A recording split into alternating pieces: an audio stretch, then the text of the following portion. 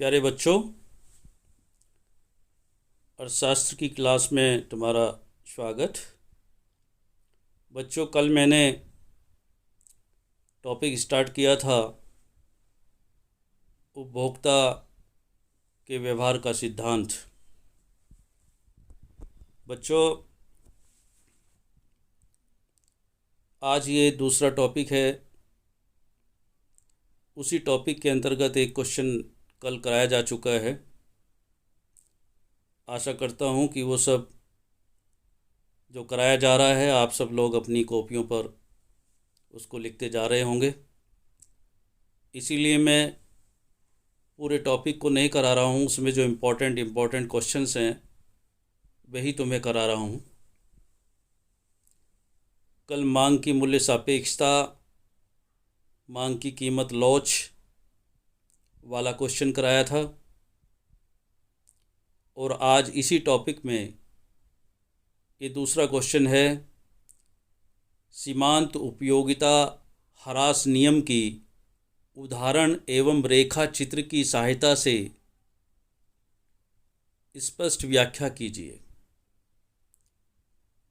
सीमांत उपयोगिता ह्रास नियम की उदाहरण एवं रेखा चित्र की सहायता से स्पष्ट व्याख्या कीजिए। या ये क्वेश्चन ऐसे भी आ सकता है एग्ज़ाम में, सीमांत उपयोगिता ह्रास नियम की व्याख्या कीजिए तथा इसके महत्व एवं सीमाओं को भी समझाइए। बच्चों, सीमांत उपयोगिता ह्रास नियम क्या है हम ये जानेंगे। इसकी सीमाएं क्या हैं, इसका महत्व क्या है, ये कैसे लागू होता है किसी उपभोक्ता पर। जैसे कि मांग की मूल्य सापेक्षता कल मैंने समझाया था कि जैसे वस्तुओं पर कुछ नियम लागू होते हैं। आप जानते हैं मांग और पूर्ति के संतुलन से ही मूल्य का निर्धारण होता है।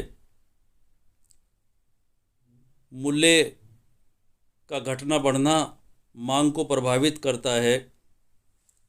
ठीक उसी प्रकार से कुछ ऐसी चीज़ें हैं जो कि उपभोक्ता को उस निश्चित समय में सेटिस्फाइड कर देती हैं और उसके व्यवहार के ऊपर डिपेंड करता है। यानी उपयोगिता ह्रास नियम उपयोगिता तुष्टिगुण होता है। अब वो तुष्टिगुण, वो उपयोगिता किसी वस्तु की उपभोक्ता के सामने कैसे उसका ह्रास होता चला जाता है।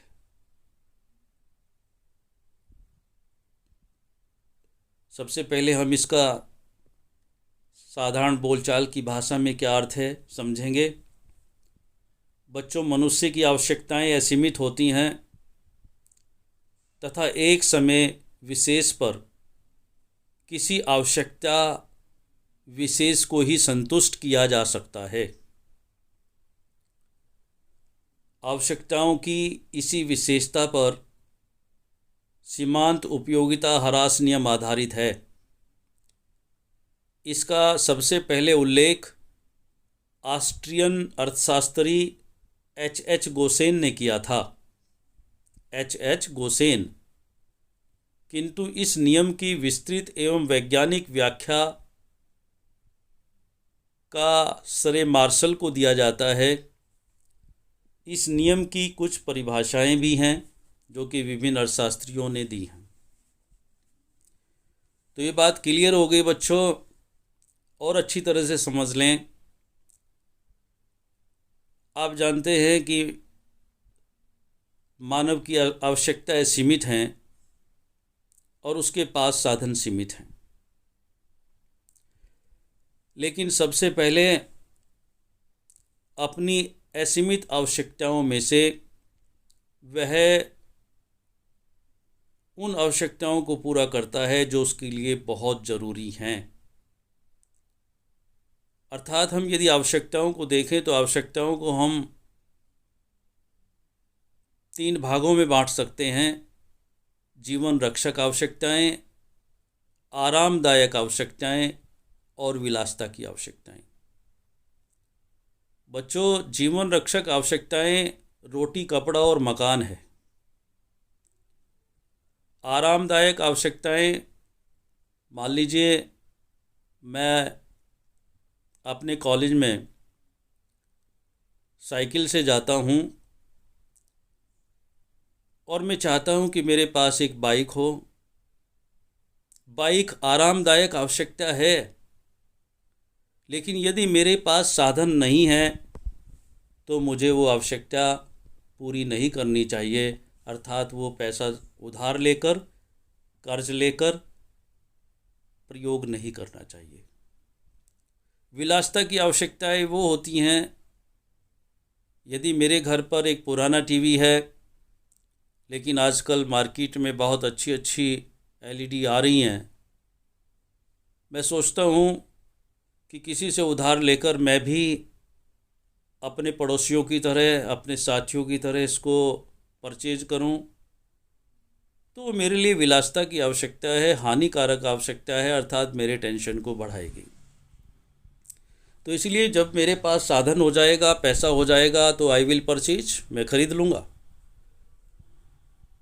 तो इसी तरह से कोई भी व्यक्ति अपने सीमित साधनों को कैसे यूज़ करता है। अगर मेरी इनकम 10,000 रुपये है तो मैं अपना पारिवारिक बजट बनाकर सबसे पहले घर का खाना, यदि किराए का मकान हो तो मकान का किराया, राशन का पैसा, दूध का पैसा, नेक्स्ट बच्चों की फीस, इसके अलावा जो पैसा बाद में बचता है उसको हम बाद में और आवश्यकताओं में लगाते हैं, लेकिन सबसे पहले अपनी इन आवश्यकताओं को पूरा करते हैं।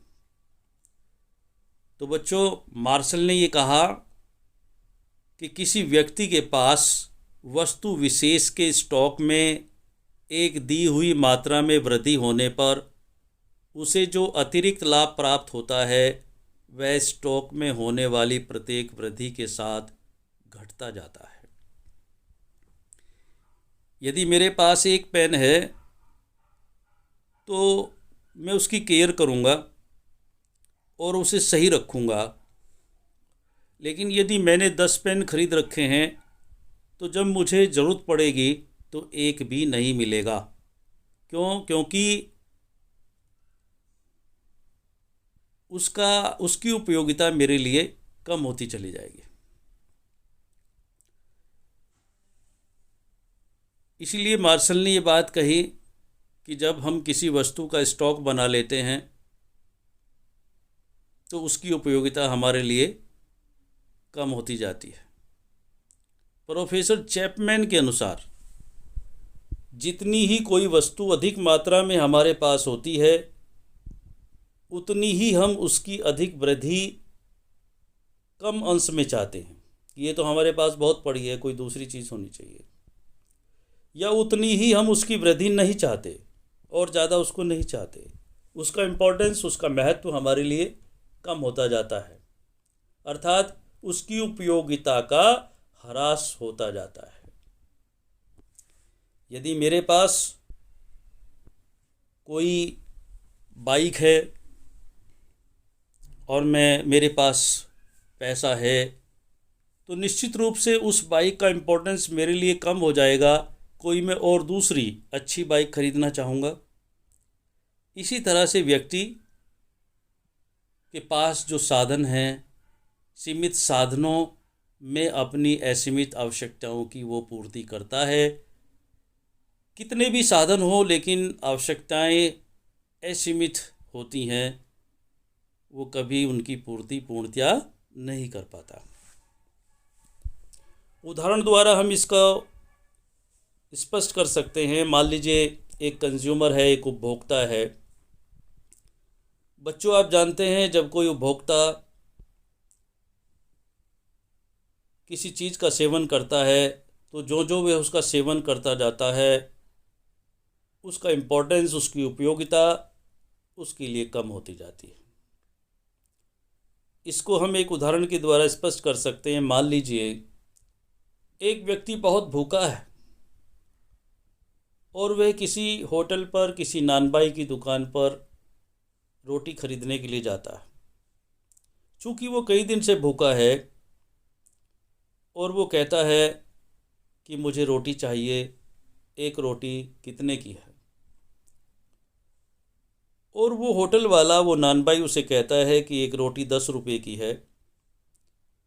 अब वो चुप रह जाएगा, चूँकि वो बहुत भूखा है, और वह 10 रुपये उस रोटी के लिए दे देगा।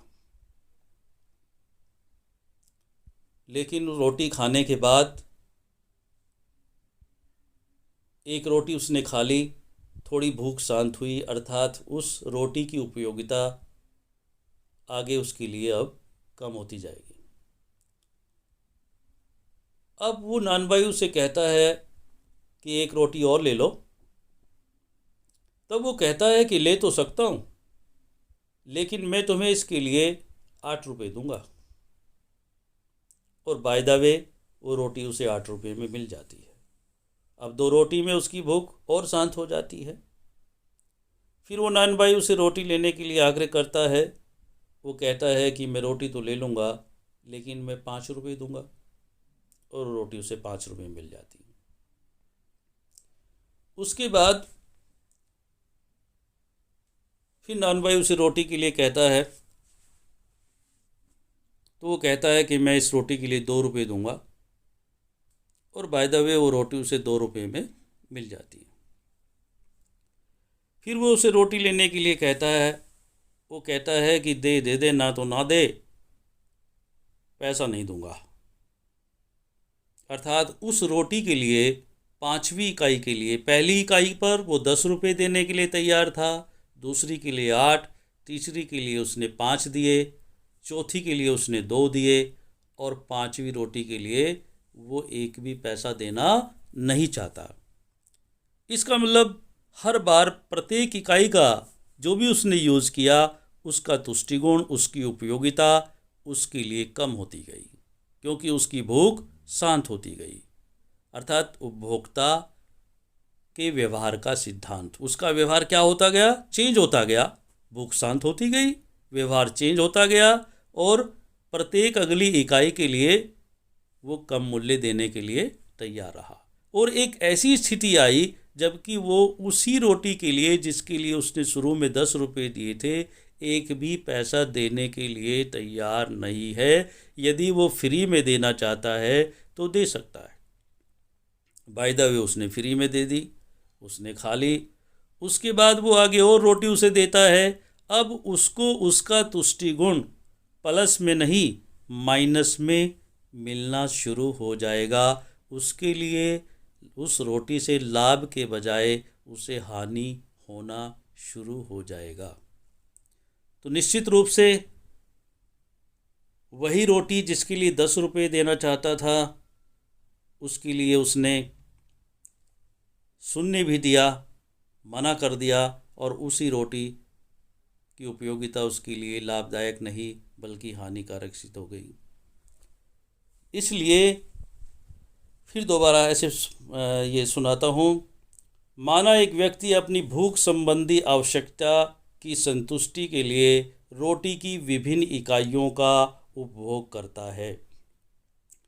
पहली रोटी का उपभोग करने पर उसे जितनी उपयोगिता प्राप्त होती है, रोटी की दूसरी इकाई से उसे अपेक्षाकृत कम उपयोगिता प्राप्त होती है।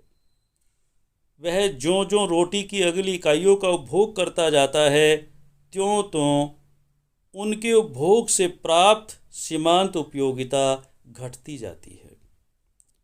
5वीं इकाई तक उपभोग के इस क्रम में एक ऐसा बिंदु आ जाता है जहां उसे शून्य के बराबर उपयोगिता प्राप्त होती है। 6ठी इकाई, यदि वह उसके बाद भी उपभोग जारी रखता है तो उसे ऋणात्मक यानी शून्य उपयोगिता प्राप्त होती है।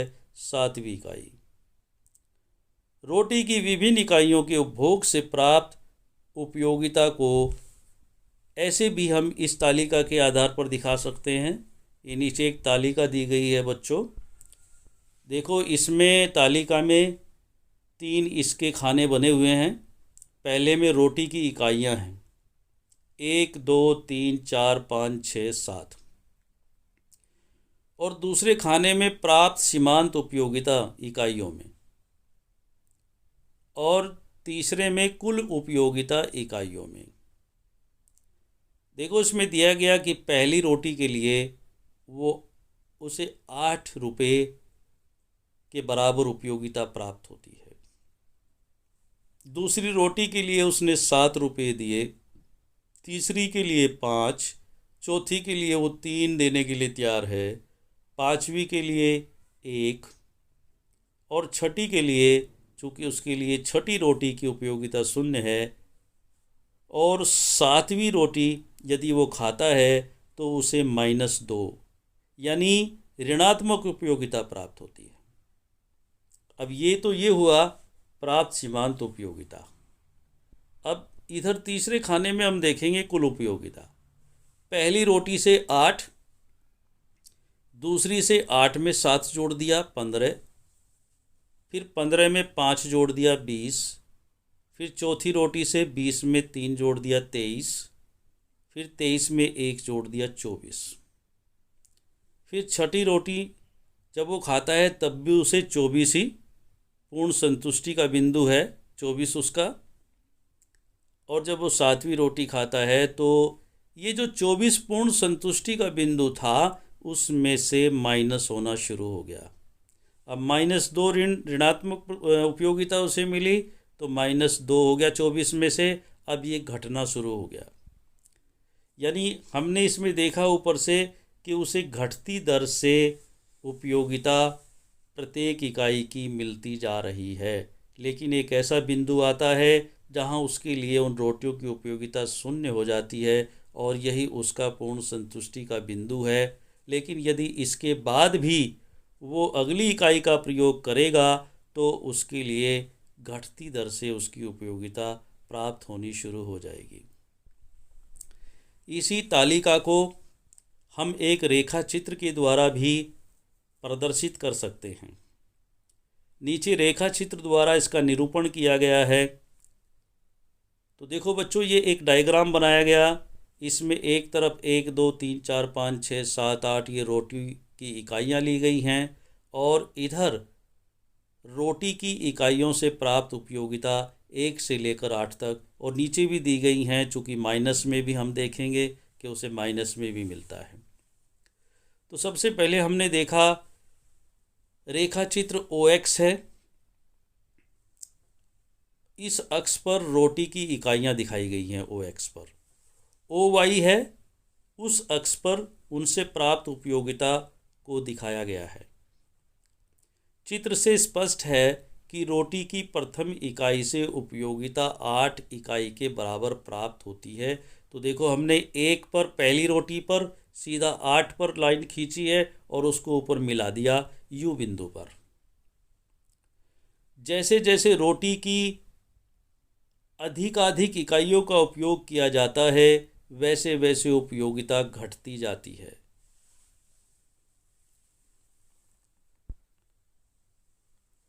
छठी इकाई पर सीमांत उपयोगिता 0 के बराबर हो जाती है।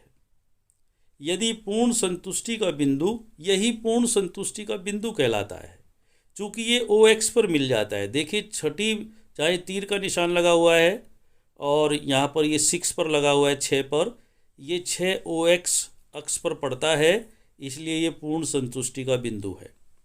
यहाँ पर आप देख रहे हैं कि ये धनात्मक उपयोगिता है जो कि उसे मिलती जा रही है, और उसके बाद फिर वो कहाँ जाता है, 0 पर आ जाता है। यदि इसके बाद भी आगे किसी रोटी का प्रयोग करेगा तो उसे ऋणात्मक उपयोगिता प्राप्त होगी। इससे अधिक रोटी का उपयोग करने पर 7वीं इकाई का यदि वो प्रयोग करता है तो भोक्ता को ऋणात्मक उपयोगिता प्राप्त होती है। हम इन सब को मिला देंगे, किस रोटी से कितना तुष्टि गुण मिल रहा है या किस रोटी की उपयोगिता उसके लिए कितनी है, इन सब को हम ऊपर लाइन खींचते हुए मिलाते जाएंगे, और उसके बाद ऊपर वाला भी ये मिला देंगे, और फिर ऊपर से एक वक्र खींचेंगे 8 से, जो कि जहाँ धनात्मक उपयोगिता लिखा हुआ है ये पूरा वक्र नीचे तक हम खींचते चले जाएंगे, और नीचे यहाँ पर जहाँ नीचे की तरफ एक तीर का निशान लगा हुआ है जहाँ लिखा हुआ है ऋणात्मक उपयोगिता, ये यहाँ तक हम इसे खींचेंगे तो हम पाएंगे कि हमने अभी कहा था सीमांत उपयोगिता ह्रास नियम है ये, अर्थात इसमें उपयोगिता ह्रास होती चली जाती है, कम होती चली जाती है।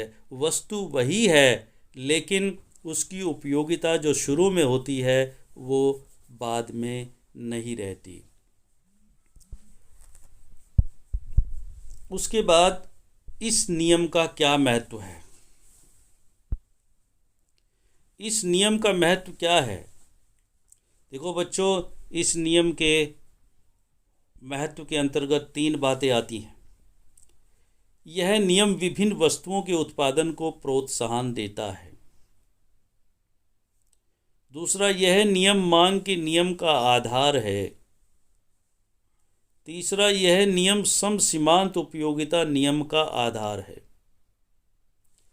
अब उसके बाद आता है उपभोक्ता के व्यवहार का सिद्धांत।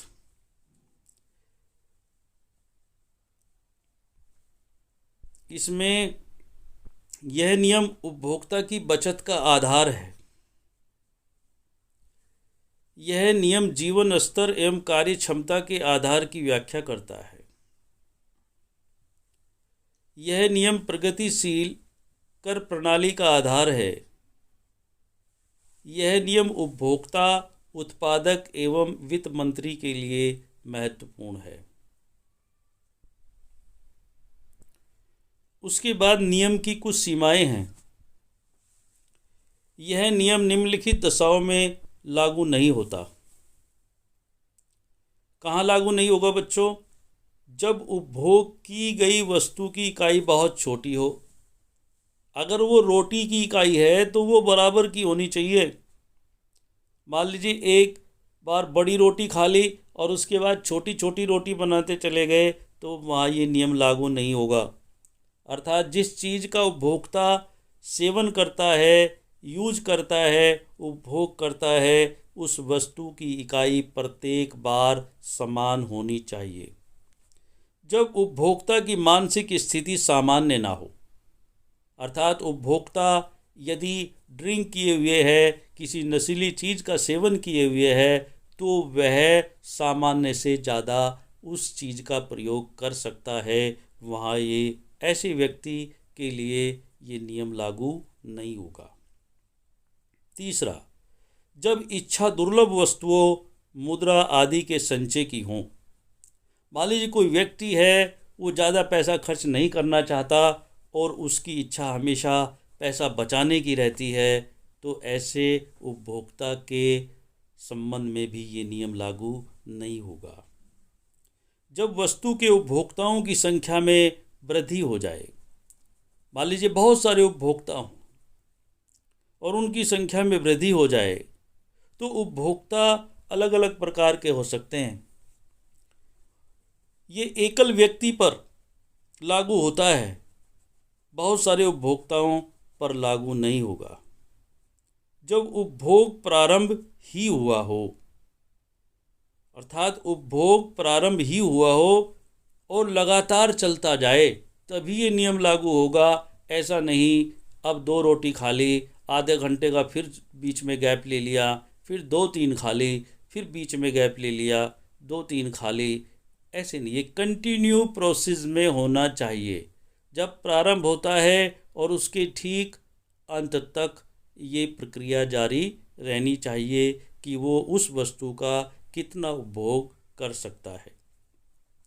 तो बच्चों, ये था सीमांत तुष्टिगुण ह्रास नियम, और मैं समझता हूँ कि सभी बच्चों को बिल्कुल समझ आया होगा और इसको अच्छे से अपनी कॉपी पर लिखेंगे। ये पूरा क्वेश्चन है, इम्पॉर्टेंट क्वेश्चन है, इसको लिखा जाए और इसको याद भी किया जाए।